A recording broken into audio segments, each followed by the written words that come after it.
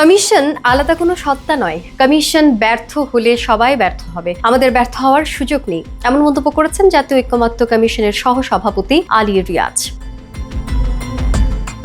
15 জুলাই সকালে কমিশনের ধারাবাহিক সংলাপে স্বাগত বক্তব্যে তিনি এসব কথা বলেন। তিনি বলেন, মৌলিক বিষয়ে সবার মতামতের মধ্য দিয়ে আমরা এক জায়গায় যেতে পারি।